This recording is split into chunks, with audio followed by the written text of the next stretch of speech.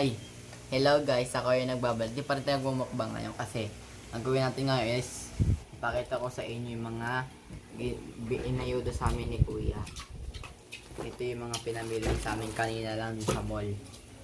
Big time yung Pasko namin yun, pati New Year.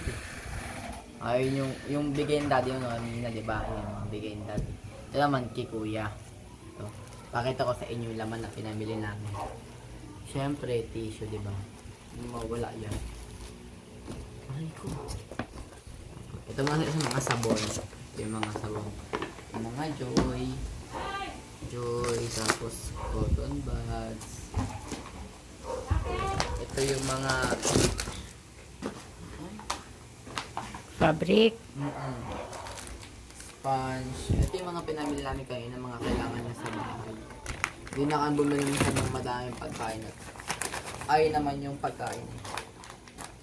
Ando naman siya yung mga bigay natin. Tapos, Sandrox. Ito, mga gamit sa CR. Tapos, sabong panglaba. Dito naman tayo sa mga pagkain natin. Ito muna. Siyempre, itlog. Yan, dalawa. Yaman lang sa box. Dalawa.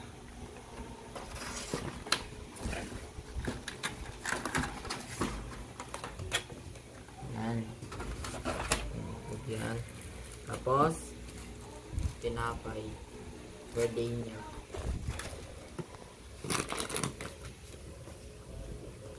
Tapos, sky flakes.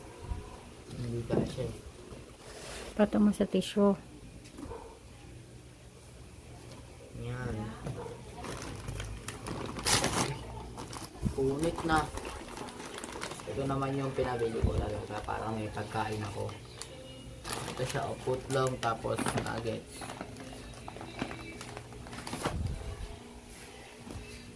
Kunti lang naman siya. Ito, oatmeal. Para may almusal, diba? Ito lang siya. Siyempre, kape to ni Mama. Mama to eh. Kape. May asukal. Ito na, mga dilata na sila. Ayan o. Mga luncheon meat, corned beef, sardinas, tuna. Ayan lang. Ayan o. Money. Tapos, mga corned beef.